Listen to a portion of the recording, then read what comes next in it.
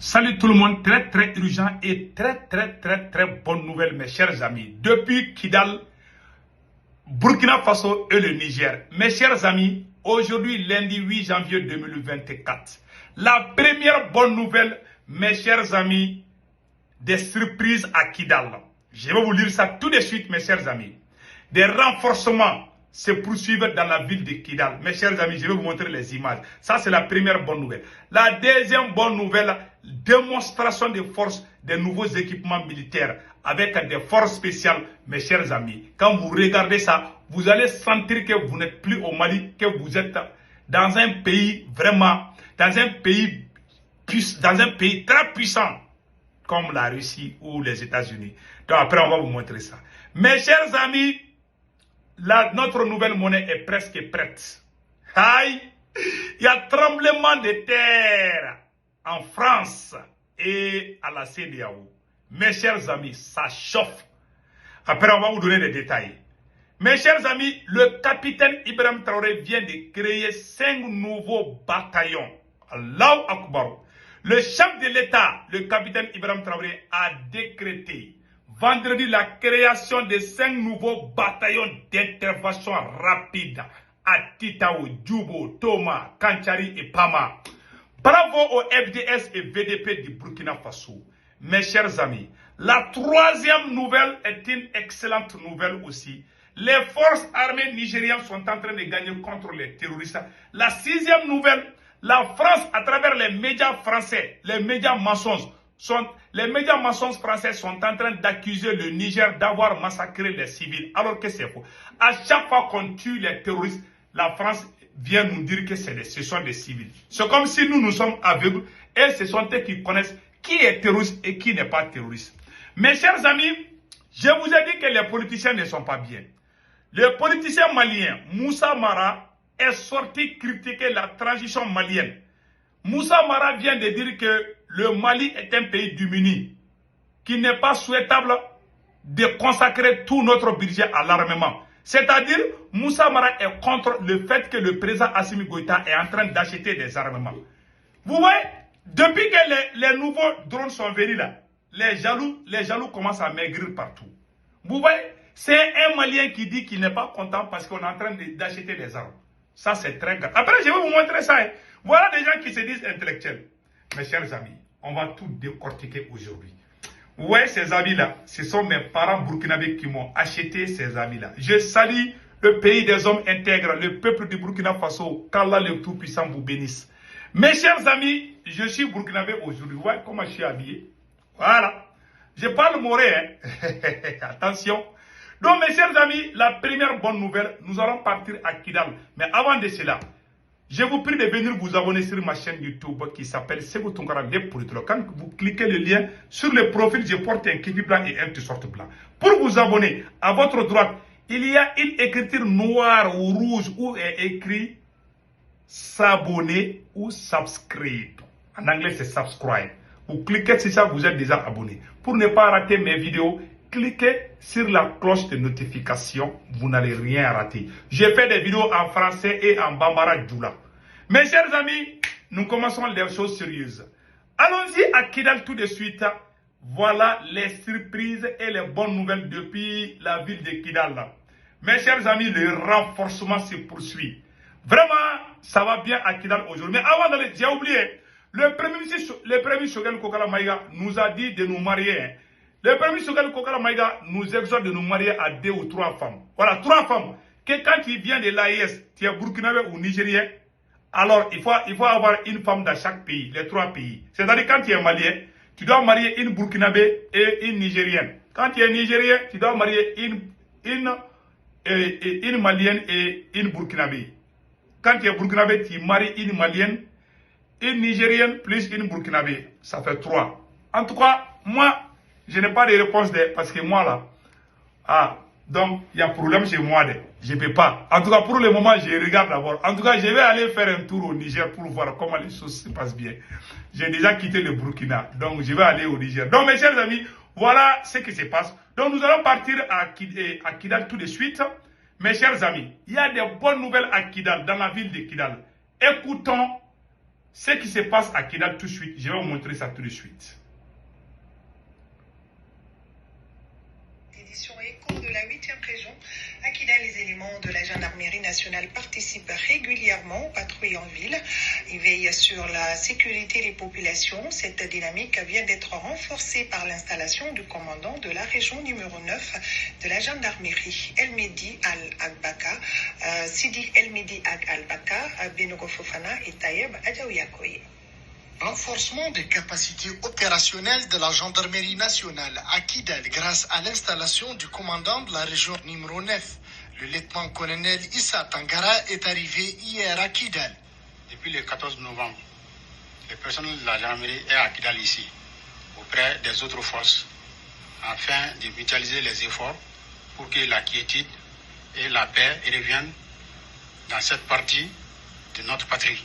Pour rappel, les éléments de la gendarmerie nationale qui ont indéniablement à la fois joué un rôle judiciaire et administratif, un rôle de participation à la défense nationale et à la police militaire prévotée, sont motivés et marquent déjà leur présence en 8e région. Mission de la gendarmerie, il faut reconnaître que c'est un grand service public. Voilà. Qui veille à la stabilité, à la sécurité du territoire. Le redéploiement de la gendarmerie nationale à Kidal a contribué à la réussite des missions de FAMA avec l'amélioration du dispositif de sécurité et de la restauration de l'autorité de l'État. Donc, mes chers amis, nous allons vous montrer. Ouais, donc les choses se passent très bien à Kidal. Nous félicitons les autorités de la transition. Nous allons partir avec...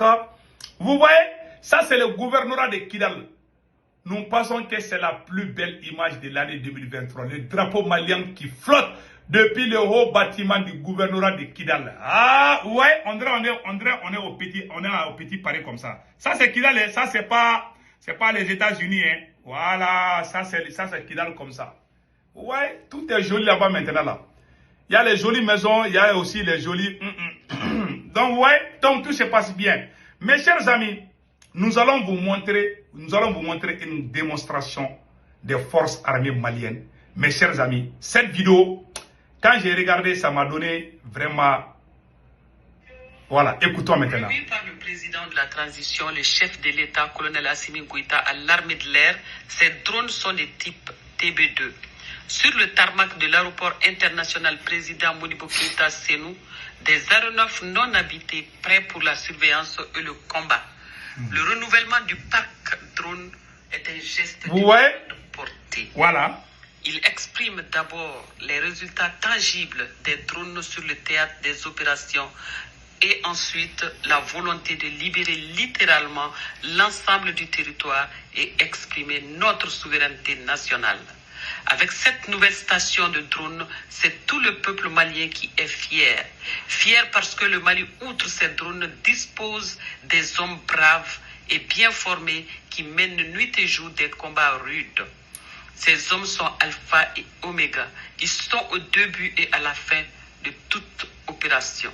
C'est cet effort déployé par les autorités de la transition à forger le capital humain capable de neutraliser l'ennemi et de maintenir la paix et la quiétude qu'il faut saluer. Dans un passé récent, le peuple vivait et vit la tragédie. Ça tue, ça brûle, ça disparaît. Vous voyez ça là? Ça, c'est des maisons brûlées par des terroristes. Vous voyez? Donc, c'est une façon de montrer qu'aujourd'hui, les terroristes sont affaiblis, ils ne peuvent plus faire ce qu'ils faisaient avant contre nous. Écoutons les restes. Les rescapés des atrocités quittent villages et hameaux. Wallahi. On dénombre de milliers de personnes déplacées internes et réfugiées loin de leur milieu naturel. Hélas, on ne savait à quel sein se vouer jusqu'à ces jours bénis du Seigneur, ce Dieu qui écoute. C'est beaucoup plus facile à comprendre dans le discours de 13 minutes du général aérien Alou Boïdiara, inspiré et enthousiaste. C'est un cours magistral dans lequel les femmes sont félicitées. Yes. Préciser que derrière ces aéronefs non habités se trouvent des hommes. Des hommes. Oui, des hommes qui font un travail remarquable, bravant obstacles et intempéries. Wallahi. Malgré la technologie avancée, malgré l'intelligence artificielle, se trouvent des hommes aux commandes. Le général Alouboy situe la crise de son expression la plus simple à la plus complexe. Sous un prisme expert, il a revu les avis des riverains cosmopolitains à travers un reporter de l'ORTM. De l'opinion des Maliens, il en déduit une gloire, la victoire des femmes. Le général Alouboy et le ministre de la Défense et des anciens combattants, le colonel Saliou Camara, ont tendu la main aux égarés avant que le repos éternel ne les surprenne. En tout cas, le chef suprême des armées continue à fournir le parc de l'armée. Pas de première classe ou classe d'affaires dans ces aéronefs. Seule classe, la descente aux enfers de ceux qui ont vendu leur âme au diable. Ah, mes chers amis, nous disons bravo aux forces armées maliennes. Voilà des démonstrations, voilà des vérités. Mais il y a une autre vidéo qui m'a plu plus que tout ça là. Mes chers amis, vous avez vu la puissance de feu de l'armée malienne. Auparavant, on brûlait les villages au Mali, au Burkina Faso et au Niger. Aujourd'hui, ce n'est plus le cas. Avec les nouveaux équipements militaires, le Mali, le Burkina et le Niger s'en sortent bien. Nous disons bravo aux autorités maliennes. Nous disons bravo aux autorités burkinabées. Nous disons bravo aux autorités nigériennes. Donc, mes chers amis, allons-y, rions un peu, rions un peu. Le premier Choguel Kokala Maïga, en tout cas, a dit de prendre 3 femmes. Attends, je vais vous montrer. C'est lui-même qui a dit. Je ne sais pas qui est partant. En tout cas, moi, je vais réfléchir. Donc, écoutons le premier Choguel Kokala Maïga. Chaque mari de l'AES doit avoir 3 femmes. Chaque mari de l'AES doit avoir 3 femmes, selon les prémices sur le Kokala Maïga. Écoutons. Chaque mari de l'AES doit avoir 3 femmes. C'est-à-dire, quand tu es malien, tu as une femme malienne, tu maries une femme burkinabé et une femme nigérienne. En tout cas, tu as 3 femmes. Si tu es nigérien, tu as une femme nigérienne, tu prends une femme burkinabé et une femme malienne. Quand tu es burkinabé, tu as une femme burkinabé. Tu prends une femme malienne et une femme nigérienne. Voilà, tout est complet maintenant. Je ne sais pas comment les femmes vous pensez à ça. Donc j'ai besoin de vos commentaires. Je pense que c'est bien. Donc vous n'allez plus, ouais, il n'y aura plus de nostalgie. Ça sera les 3 pays ensemble. Donc les femmes aussi, ouais, vous devez accepter ça. En tout cas, chez moi là, je n'ose pas dire des. Donc mes chers amis, allons-y avec des bonnes nouvelles. Mes chers amis, après cela, nous allons vous montrer un message du président de la transition du Niger. Mes chers amis, ces mots m'a trop frappé. Je vais vous montrer ce que le général Tchani a dit ici. Je pense que j'ai la vidéo là ici. Général Tchani a frappé très fort.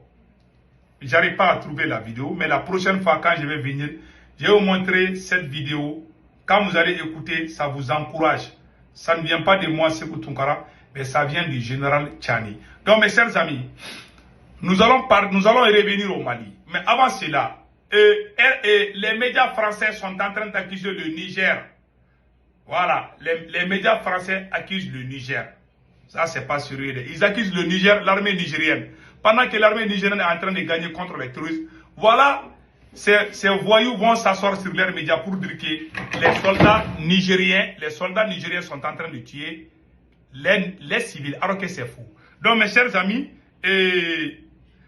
le président, nous saluons le président Ibrahim Traoré, capitaine Ibrahim Traoré. Vraiment, il y a des bonnes nouvelles au Burkina Faso. Capitaine Ibrahim Traoré crée 5 nouveaux birs. Le chef de l'État burkinabé, le capitaine Ibrahim Traoré, a décrété vendredi la création de 5 nouveaux bataillons d'intervention rapide à Titao, Djibo, Toma, Kanchari et Pama. Dans un décret en date du 5 janvier 2024, le président Ibrahim Traoré a décidé la création de la 21e pire bataillon d'intervention rapide à Titao, de la 22e à Djibo, de la 23e à Tona, de la 24e à Tchakari et de la 25e à Pana. En rappel, les bataillons d'intervention rapide sont chargés d'intervenir le plus vite possible et le plus avant en privilégiant la mobilité et la puissance de fait face à toute menace contre l'intégrité du territoire national. Les escortes des grands convois logistiques au profit des forces armées nationales ou de tout autre organisme et la participation à la lutte contre le grand banditisme aux côtés des forces de sécurité intérieure font également partie que leur mission. Les BIR ont pour rôle également de préserver les bataillons d'intervention rapide, ont pour rôle également de préserver et de perpétuer les traditions militaires. Voilà le travail propre du capitaine patriote Ibrahim Traoré. Nous disons bravo au FDS et VDP du Burkina Faso. Et que Dieu protège le Burkina Faso, le Mali et le Niger contre les traîtres, contre les vampires, contre les valets locaux, contre la France et ses amis. Voilà ce que j'ai à dire par rapport à ça. Mes chers amis, allons-y au Mali. L'ancien Premier ministre Moussa Mara vient de se plaindre. Voilà ce que Moussa Mara a dit ici. Je vais vous montrer ça tout de suite. Écoutons, le Mali est un pays diminué. Le Mali ne doit pas être obligé de consacrer toutes ses ressources aux armes. Cela n'est pas soutenable. Moussa Mara, selon le Premier ministre Moussa Mara, mes chers amis, au même moment, Moussa Mara dit aussi que le Mali doit, pour mettre fin au terrorisme, que le Mali doit négocier avec les terroristes, que parce qu'il y a des Maliens qui sont terroristes. Il dit aussi que les terroristes sont plus durs que les rebelles.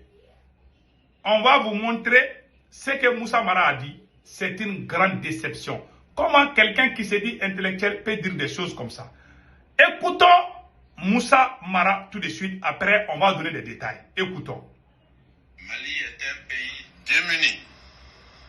Le Mali ne doit pas être obligé de consacrer toutes ses ressources aux armes. Cela n'est pas soutenable et je crois que nous le savons tous. Comment un ancien premier ministre, toi tu n'es pas militaire, tu n'as jamais pris, tu ne sais même pas comment tirer fusil. Voilà un bon fils qui est à la tête du Mali, il est en train de sauver le Mali. Toi-même, dans ton discours, tu dis que le Mali est devenu une fierté. Donc tu penses que Assimi a utilisé les bâtons pour libérer Kidal? Assimi a acheté des armes. Et voilà les politiciens. Hein. Depuis que le Mali a réussi les nouveaux drones là, leur maladie là, leur démagiation là, leur jalousie là, ils ne savent plus quoi dire. Mais ça c'est très grave, ça c'est la plus grande déception du siècle. Je suis très déçu aujourd'hui. Je ne vous cache pas, hein. Je suis très déçu aujourd'hui. Comment un ancien Premier ministre peut se permettre de dire ça contre sa propre patrie? Allahu Akbar, mes chers amis. Voilà ce que Moussa Mara vient de dire. Moussa Mara vient de dire que acheter les armes, vraiment que ça devient trop. Donc lui, il pense qu'on doit prendre les bâtons. Au moment où le Burkina est en train de couper les salaires pour acheter des armes, lui, il n'a jamais fait de contribution pour acheter des armes. Même s'il a fait peut-être, je ne sais pas, je n'ai jamais entendu qu'il a fait des dons pour acheter des armes. Vous voyez des gens qui veulent gouverner le Mali? Vous voyez? Je vais vous montrer encore ce qu'il dit encore. Écoutons une fois de plus encore. C'est grave. Le Mali est un pays démuni. Le Mali ne doit pas être obligé de consacrer toutes ses ressources aux armes. Cela n'est pas soutenable et je crois que nous le savons tous. Allah Pour introduire le deuxième.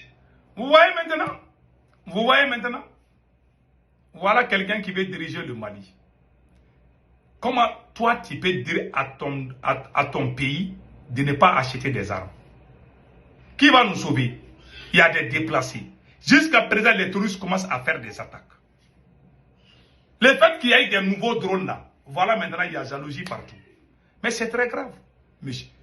Ce que vous venez de dire là, si c'était en Chine, je vous dis, vous n'allez plus parler dans toute votre vie. Vous savez, ces politiciens jouent avec ces militaires qui sont au pouvoir au Mali.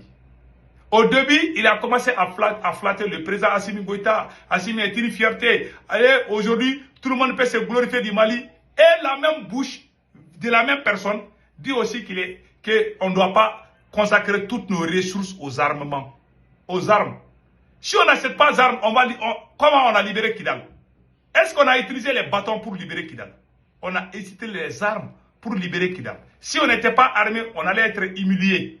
Toi, en tant que premier ministre, tu es parti à Kidal, à cause de toi, plus de 100 militaires maliens ont été tués par les terroristes et leurs complices français. Je pense qu'aujourd'hui, toi, tu dois être fier de cette armée.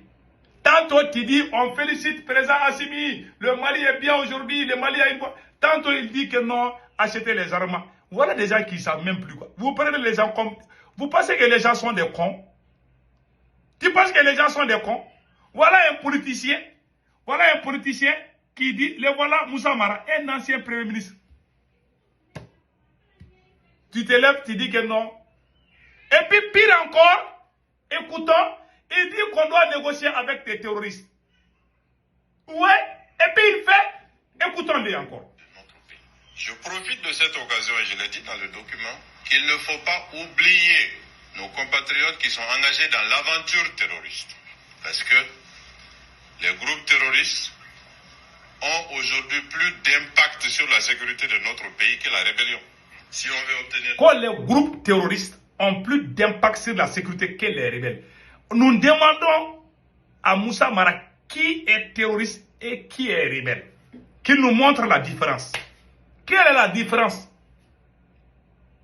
Qu'on doit négocier avec des Maliens, qu'on doit les rapprocher, parler avec eux. Vous là, vous étiez premier ministre. Est-ce que vous avez négocié avec eux? Est-ce qu'ils ont laissé les armes? Pourquoi toi tu parles comme ça? Tantôt, les autorités maliennes ont vraiment fait du bon travail. Tantôt, toi, tu es contre qu'on achète des armes. Tantôt, il y a les rebelles, il y a les terroristes. Maintenant, on veut savoir qui est rebelle et qui est terroriste. Voilà des politiciens qui cherchent pouvoir. Hein. J'ai vraiment été choqué de son propos. Mais vous savez, ainsi va la vie. C'est les gens qui dirigeaient le Mali avant. Voilà, ces pays-là ne pouvaient pas avancer avec des gens comme ça. Qui ne savent même plus quelle direction prendre. Vraiment, c'est très grave. Donc, mes chers amis, voilà un politicien qui a déçu toute l'Afrique aujourd'hui. Donc, nous vous prions vraiment de passer un excellent week-end. Ciao, ciao.